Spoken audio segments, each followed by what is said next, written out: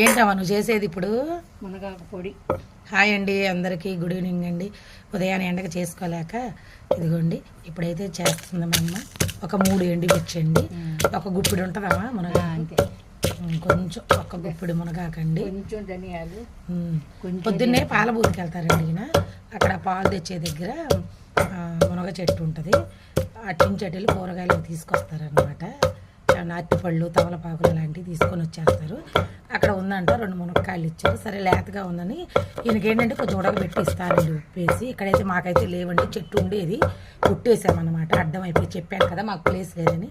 ఇంకా అదంతా ఒలిచి బాగా కడిగి డ్రై చేసి పెట్టానండి. ఇప్పుడు దాన్ని వేయించి కొంచెం ధనియాలు, ఉప్పు, అదిగోండి మునగాకు వేయించాను, 2 ఎండుమిర్చి, 2 ఎల్లుల్లిపాయలు వేసి దంచుతున్న పొడి అండి.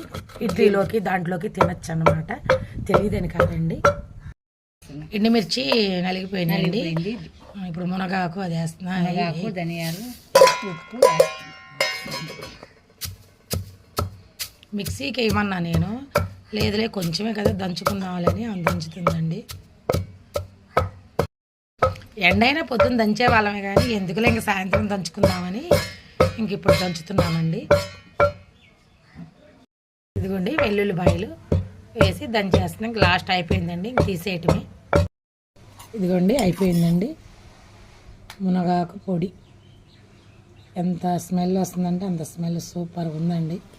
ఇడ్లీలోకి వాడుకోవచ్చు, దోశలోకి కూడా వేసుకోవచ్చు ఏమో. బాగుంటుంది, ఇడ్లీలోకి ఎక్కువ బాగుంటుంది. నేను ట్రై చేశాను. వేడి వేడి రైస్లోకి కూడా బాగుంటుందండి. కొంచెమే కాబట్టి కొంచెం వచ్చిందండి.